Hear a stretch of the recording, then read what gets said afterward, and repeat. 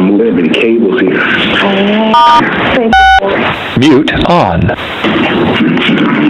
All right, so in the interest of time, I'm going to zip right through these. We have, thank you again for having us. We appreciate being here, and we're looking forward to presenting the results of our revision to the COLA. So this is the introduction, presenters, North End of 3 site, the licensing milestones, and the presentation topics. Today we have presenters. Our subject matter experts are from the Dominion team. We'll have people from Dominion, Bechtel, Fluor, and GEH presenting. And I'll introduce the subject matter experts as they present because we have a number of them. These are the slides that we showed you last month, the location of North Anna 3. You can see it's a little bit northwest of Richmond. This is the site layout. These were all slides we saw last week. These are the last month. These are the milestones that we walked you through last month. Nothing's changed. And so for presentation topics, so this morning we're going to be talking in this panel 1 that Jim was talking about. We're going to be talking about flooding, groundwater accidental releases, and then population density and hazardous chemical analyses that we performed. We'll give you a brief summary of the evacuation time estimate information which you guys had asked about last month. And then this is where we'll switch over. Then we'll skip down to finish the other non-seismic topics, which start with chapters 11 and 12, the rad waste discharge piping, the hurricane missiles, electrical information about the switch yard, the departures and exemption requests that we have in, and then we'll talk about zinc injection at service water, okay? And then we'll go back up and we'll talk about seismic. We'll talk about vibratory ground motion in section 252 of the COLA, and then we'll talk about the seismic analyses and structural evaluation. So that will be our day, okay? Any questions before we get started? Okay, so with that, I'm going to turn this over to Craig Talbot from Bechtel. He's our SME, and he's going to talk about flooding. Thank you very much. As Jeannie mentioned, I'm Craig Talbot with Bechtel Corporation. Go ahead to the next slide. And the topics we'll be discussing here are, we have 3 open items in Chapter 2.4. The first one deals with flooding. The last 2 deal with the groundwater and accidental releases. We'll also talk about a revised layout that gets rid of some adverse local intense precipitation conditions, a revised sheet flow analysis for the local intense precipitation, and then, as I mentioned, a revised groundwater model and accidental release analysis. Next slide. First item here we have is an open item that was left over from the previous time. So in this open item, the staff was still reviewing RAI 020402-3, and in that there was a concern about a collection ditch in a 90-degree bend that was in that collection ditch just at a road crossing. And this location was right at the border between the Units 1 and 2 site and the Unit 3 site. The water levels there were very close to being able to go over into the Units 1 and 2 sites. So there was some concern about analysis and some specific things to that. The resolution to this RAI was that the site layout was changed such that we no longer have the 90-degree bend and the road crossing, and so all of the adverse conditions that were discussed in that RAI now no longer exist. So the resolution to this RAI in this open item was a change in the layout that eliminated the adverse conditions. And we can show that, go to the next slide. This here is the previous layout, and if, I don't know, Jeannie, you can put your cursor along there. The road is right there where those light blue lines are. That's where the 90-degree bend is. There was a road coming along there, and there was a ditch alongside of it, and turned and went under the road and into that canal that went into a stormwater management basin. Next slide. This is now the layout here. Now the road, you can see, goes around the stormwater management basin. It doesn't cross behind it anymore, and so the ditch just goes straight into the stormwater management basin without any 90-degree bend. So all of those adverse conditions are gone. The next item is because of the layout change and other layout changes, we had to redo the local precipitation analysis. That analysis was redone. Water levels in the ditches, what we call the inundation levels, we remained well below the DCD site parameter value of more than a foot below grade. In addition to that, we also looked at sheet flow depths, which are the depths of water on top of the grade. And this is the water that's flowing towards the ditches. It's just a few inches deep, but it has to get towards the ditches. So we looked at those to make sure that those weren't causing any adverse conditions. As the NRC reviewed those sheet flow analysis, they had some questions about that and issued an RAI 204-15, and asked us to specifically look at the effects of roof drainage on those sheet flow depths and then make a comparison of the depths to the entrances or penetrations into safety-related SSCs. That RAI resulted in a more detailed analysis of the sheet flow depths. Next slide. That more detailed analysis indicated that there were 3 locations where sheet flow depths for a short period of time were higher than the entrances to the control building and the reactor building. And those depths indicated there. And so then, as a result of that, commitments are made in the FSAR to place curbs or to raise the threshold at these entrances to prevent that water from entering into those buildings during the local intent precipitation. So that structure configuration is described in the FSAR preclude flooding into safety-related buildings. And that concludes the analysis or the discussion on flooding. Are there any questions? Does anybody have any questions? Thank you, Craig. So now, Angelo Sindakakis from Bechtel will talk about groundwater and external. Good morning. My name is Angelo Sindakakis with Bechtel, and I will be addressing the open items in sections 2.12 and 2.15. Starting with 2.12, the open item that we had was on the groundwater model that was developed for the FSAR, and specifically we had a request to demonstrate the impact of the drain cell characteristics on the groundwater elevations predicted by the model. Next slide, please.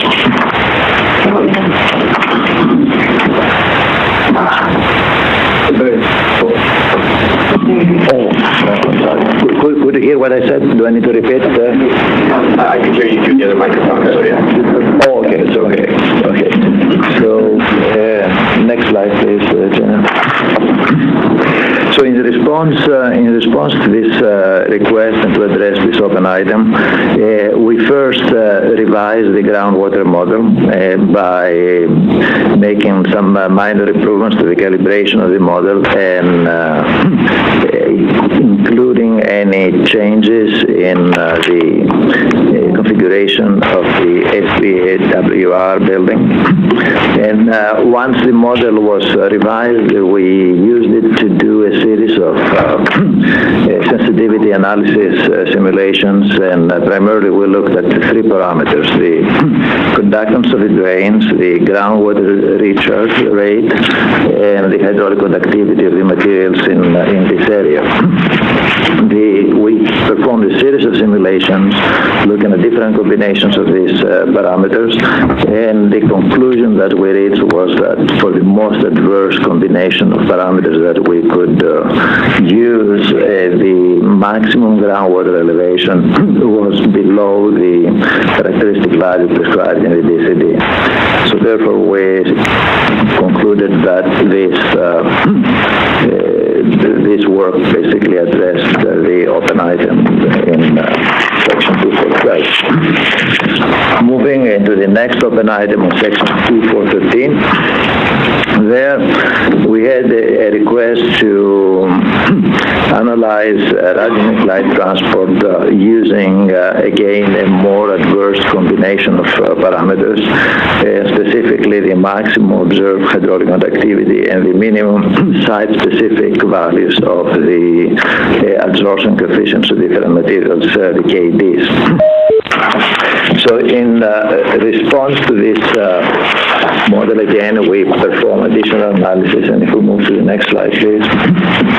And maybe before I get to the specifics of the analysis that we did, I should stress that the design includes mitigating features that are acceptable in BTP 11-6, which of course preclude the release of any liquid effluent.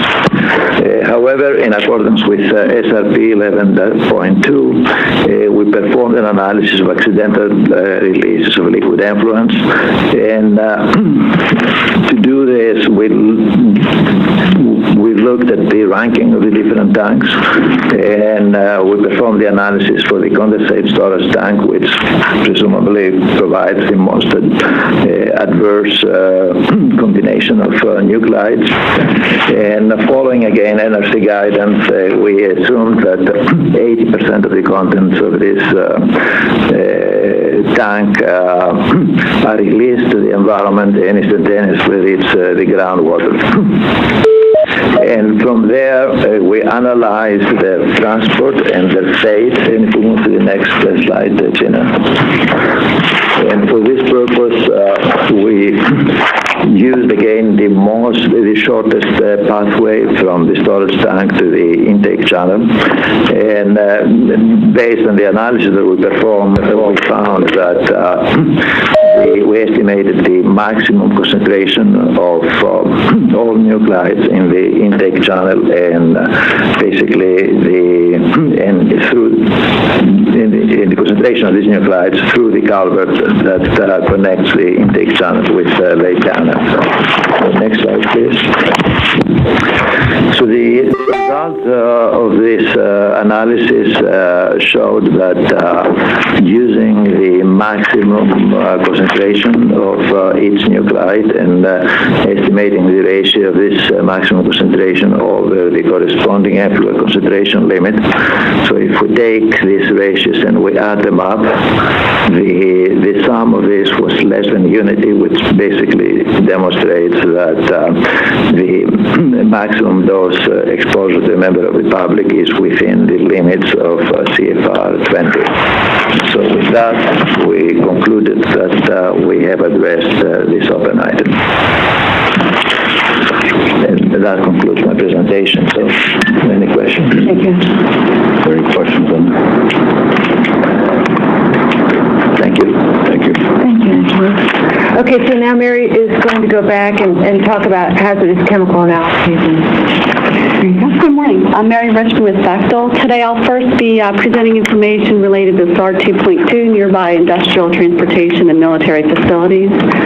SAR 2.2 identifies potential hazards in the site vicinity that may affect the safe design and siting of North Anna Unit 3. Since the last ACRS meeting, there's been no hazardous industrial facilities identified at the 620-acre industrial development. The hazards analysis was, however, updated to include newly identified on-site chemicals. This is mainly due to ESBWR technology updates, such as cooling tower chemistry and liquid hydrogen storage. The determination of design-based accidents included the consideration of several accident categories in Reg Guide 1206. Two of these accident categories were explosions. This is an accident category involving postulated scenarios whereby upon a complete tank rupture, failure, and immediate detonation occurs. And the flammable vapor cloud delayed ignition category. This accident category is, again, a complete tank failure. However, in this case, instead of an immediate detonation, a vapor cloud is formed and travels towards the site's nearby safety-related structures prior to ignition or detonation. The analysis demonstrated that the blast effects would not exceed the peak overpressure of 1 psi at any safety-related structure, with the exception of the storage and transport of liquid hydrogen. Therefore, a more detailed analysis of liquid hydrogen storage and transport was performed. With respect to the storage of liquid hydrogen, the analyses performed for both accident categories discussed considered the capability of the safety-related structures. That is, based on guidance and methodologies included in Reg Guide 191 and MEPRI, the capabilities of the safety-related structures and the rad waste building to withstand blast pressures greater than 1 psi was considered. And in the case of the transport of liquid hydrogen, This analysis involved the performance of a probabilistic analysis to determine if the event is a design-based accident. Both analyses concluded that there was no design-based event. In the case of the storage, the distances were less than the distances from the liquid hydrogen storage to the nearest safety-related structure. In the case of the transport, it was less than 10 to the minus 6. This concludes the overview of the hazard. Can you hear me? Yes, Mike. I just wanted to get you said the distances. Mike? Can you just put on the record the distances, please? Mike? Corradini, member of the ACRS. You wanted the specific safe distances? Yes, ma'am. Okay, I can get you those. What I'm trying to understand is, there was an assumption of a vapor cloud in an event, but the distances were sufficient not to exceed the overpressurization limits? Correct. Okay. So I guess I'm curious on what those distances are, please. Okay, I will get you those. Thank you. Okay, thank you. Are there any other questions? Okay, thank you, Mary. Thank you, Angela. So now Lanny Dusek from Fluor will be presenting on fiberglass reinforced polyester piping. Good morning. For the plant service water system, an analysis of several options confirmed the selection of fiberglass reinforced polyester piping for the underground portions, below-grade portions of this system. So to make sure that this was acceptable for use at North Anna 3, a number of criteria were accepted going from the design all the way through long-term monitoring to establish this.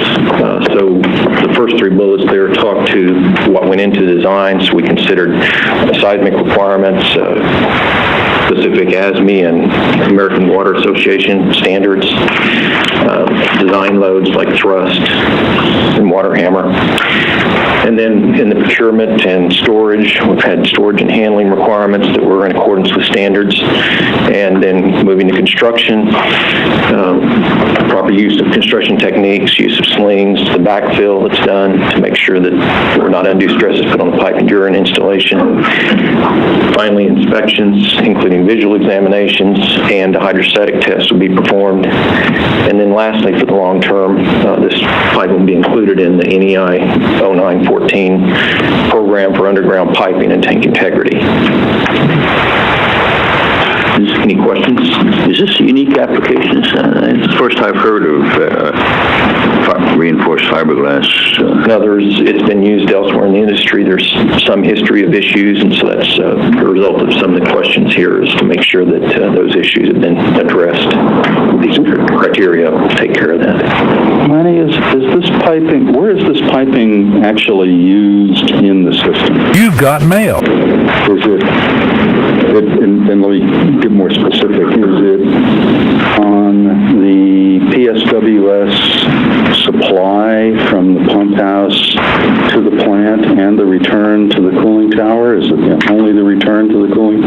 Where is this piping used? Yeah, let me make sure I've got a complete list and get back to you here within the meeting. Okay, well, where I'm going for is it's buried in soil. It's not in a duct, right? It's direct buried in soil. That's one of the reasons why I use it. The reason I'm asking is that there's a table 9.2-2R in the FSAR, which indicates that the nominal operating temperature for that piping is 88 degrees to 120 degrees Fahrenheit. I get the 88 degrees to 120 degrees if it's only on the return piping to the cooling tower, maybe. I don't get it if it's on the supply piping. It strikes me that the supply piping temperature would be a heck of a lot lower than 88 degrees coming from the pump house, into the plant, if you will. So if it's indeed in that stretch of the piping, I don't know anything about this material, but I have no idea what happens to it if the temperature is like, 45 degrees? Okay. Because the minimum temperature that you specify, I think, for your surface water supply is something like 41. And So I kind of got curious about, and what's the relevance of that temperature? We have a subject matter expert that can be pulled in on the phone. I don't know if we want to take the time now or if just you want me to get with him and get those specific answers and get back to you. It's probably whatever's more efficient for you. I mean, Yeah, just do that. it's on the record, so. Any member, I seem to remember back when North Anna came up as the reference COLA back in 2009, the same question was asked. There may be something that Dominion put on the record relative to operating temperature bands for these types of pipes. I seem to remember, John, you asked the same question. My stuff from that meeting is buried somewhere in a closet in Arkansas. I couldn't find any of it. So I'm trying to recreate stuff, and I can't remember what I asked, 7 years ago. Well, I'm actually quite shocked. We all get old, Life is hell.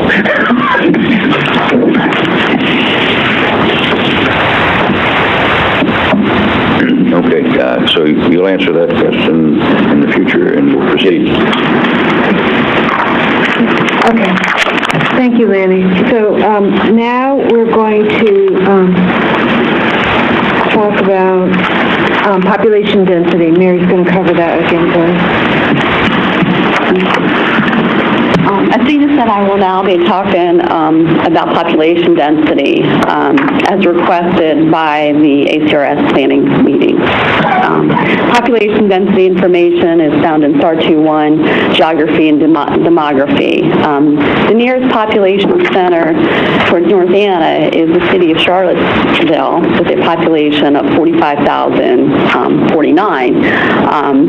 This is greater than the criteria, which is greater than 25,000 residents for a population center. The city of Charlottesville had a 2000 census population, as I said, 45,049. North Anna meets the requirement of 10 CFR 121B. That is, the population center is at least 1 1/3 times the distance to the Unit 3 reactor building to the outer boundary of the LPZ. The LPZ for North Anna is the same as the LPZ for the existing units, which is a 6-mile radius circle centered at the Unit 1 containment building. Again, the city of Charlottesville is 36 miles west. The population density surrounding the North Anna site was also looked at. The population density, in this case, meets the Red Guide 4.7 criterion. That is, as illustrated on the next slide, the 2000 population and the 2065 population are below the 500 persons per square mile density criterion. For reference, the purple line with the squares on it represents the 500 person per square mile density criterion, and as you can see, as discussed, both the 2000 census population and the 2065 population remain below this line. And that's it for the population density. John is going to be talking a little bit about the ECE and its relationship to that. Thank you, Mary. John Costello with Dominion Emergency Preparedness. Next slide, please. So since North Anna is an existing site, there have been evacuation time estimates from 1980 census data, 1990, 2000, and 2010 census. The ESP application used the 2000 census data evacuation time estimate, and then a new estimate was prepared for the application in 2008, and it was updated in 2013 with an evacuation time estimate based upon 2010 census data. Slide. So in 2011, a new EP rule was issued that had a lot of information about evacuation time estimates, and on the slide are several of the bullets. I'll draw your attention to the second one from the bottom, which says estimate EPZ population changes once a year, and this applies for the operating units 1 and 2. The second bullet from the top, second bullet from the top says for the COLA holder, within 365 days, or at least 365 days prior to fuel load, a review will be done. And both these two bullets factor into the last bullet, or to have you jumping around, the last bullet on the slide, which says if you exceed certain thresholds, then you need to do a new evacuation time estimate. Now, so here's a picture of the North Anna Emergency Planning Zone, which is the wide circle, or the greatest circumference, is a 15-mile area. And that's included because that's a shadow evacuation, because it's expected that if there were an evacuation, that people who are outside the population directed to evacuate would spontaneously self-decide that they wish to leave the area. And this clogs the traffic networks, which affects the evacuation time estimate for the population within the area for which evacuation was directed. Within that 10-mile area, you see a number of irregularly shaped and numbered zones. We call those protective action zones. You may be familiar with a more generic term of emergency response planning areas, or ERPAs. So that is how, in this case, the Commonwealth of Virginia would communicate to the public what areas need to evacuate or shelter or shelter in place. All right, so the 2010 EPZ population, that first column on the left are those numbered protective action zones. The second column is the 2000 census data for those protective action zones.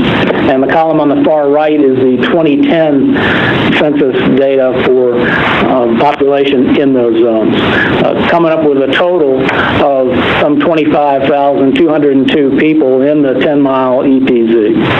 Can I ask a question? This is Cordy. Yep. Okay. So with the figure you've got on now with your various quadrants or ERPAs, are the population individuals required, or I'm sorry, not required, but are alerted based on area, so that as the evacuation has to occur, certain of these quadrants are all informed simultaneously? How does this work exactly? So the alert notification system would be activated by the Commonwealth, and a message would be sent. It would provide these numbered areas, which are available in public information brochures for people in the area. The boundaries of these areas are roadways, they're waterways, they're jurisdictional boundaries between counties, so there's something that can be communicated to the people so they can recognize what area is included within the evacuation order. And this is, I guess in Wisconsin, this is a similar approach, but this is a state-by-state decision, so it's not the same in other neighboring states. Is that correct? Some licensees use a PAZ model or a ERPA model to communicate to the offsite agencies what areas should warrant evacuation. Dominion uses a keyhole approach of an annulus and areas downwind to different distances, and then the Commonwealth translates that into their protective action zones when they make decisions. Oh, okay. So the evacuation plan for the plant is a keyhole, is what I guess I remember to be a traditional keyhole, and then you pass that information on, and they overlay it onto these regions for their information to the public? Correct. Okay, thank you. Yesterday in a separate project, we were talking about instrumentation, radiation monitors. Do you take input from any of the radiation monitors for this evacuation, real time? So I don't believe we have perimeter monitoring for the North Anna site. Basically, a decision on protective action is made based on plant status. The minimum protective action for a general emergency, unless there are impediments to evacuation, hostile action, let's say, is to evacuate 2 miles in all directions and 5 miles downwind. If a dose assessment, which may be supplemented with confirmatory readings from off-site monitoring teams to get a better dose assessment, determines that evacuation thresholds, 1 rem total effective dose equivalent, 5 rem thyroid committed dose equivalent, are exceeded in areas that cause expanding that area, then it is expanded. So the evacuation is done based on plant status and the wind direction and a model, correct? The model uses the plant radiological parameters, the wind direction, wind speed, stability class to form okay, thank you. Does any of this change because of the addition of Unit 3, or is it essentially the same as you would have for Units 1 and 2? It's essentially the same as for Units 1 and 2. Thank you. John, do you know if there are any what I'll call special use facilities such as jails, hospitals, elderly care facilities that might require special attention for an evacuation? Right. Not within the North Anna 10-mile EPZ. There are no custodial facilities like that. Thank you. This is Corradini again. One last question about, I think, Member Kirshner asked, the model used is the NRC model, or which is what I'm familiar with, or does the plant have a separate modeling capability and then reports it? What is used for given a plant status, the estimate? Currently, the Dominion fleet uses a model known as Meteorological Information and Dose Assessment System. NRC uses a model called RASCL, as does the Commonwealth of Virginia. So the results of those models are discussed in an emergency operations facility to make sure that they're within alignment. Okay, thank you very much. Or I'll add, or at least that we understand why there are differences in the results based on model. Okay, so the population change. So based on the sensitivity study, I'm sorry, Mr. Brown. So if you have something occurring, I'm trying to get a handle on you talked about 3 models, it sounded like. There was an NRC model, there was your model, and then you mentioned another one. And they're all available, and you balance them to see which one do you use to make your decisions? The licensee will use the meteorological information model. And the decision makers, because we only recommend, would be the offsite agencies, the Commonwealth of Virginia in this case, and they would use the RASCL model, which the NRC also uses. They use the same model, and they would use that to inform their decision.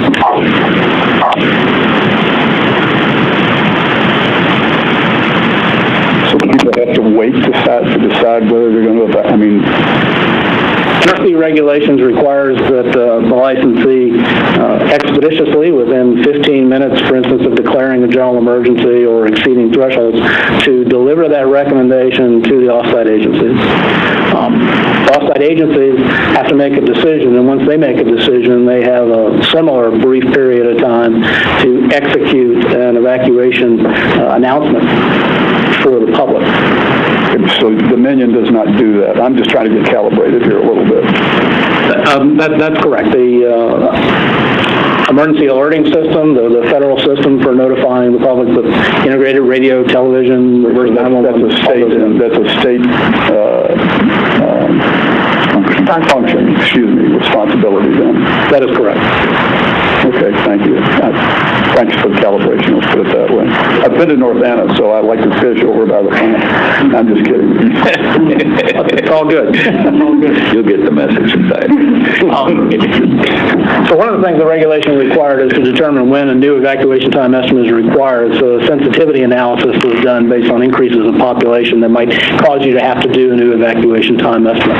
And this study determined that it would require a 150% increase in the population or an 85% decrease in the population, which I said was about 25,000 people, to match these thresholds. And because the licensee for Unit 1 and Unit 2 per regulation is required to do an estimate periodically, we know what these changes have been since the 2010 census evacuation.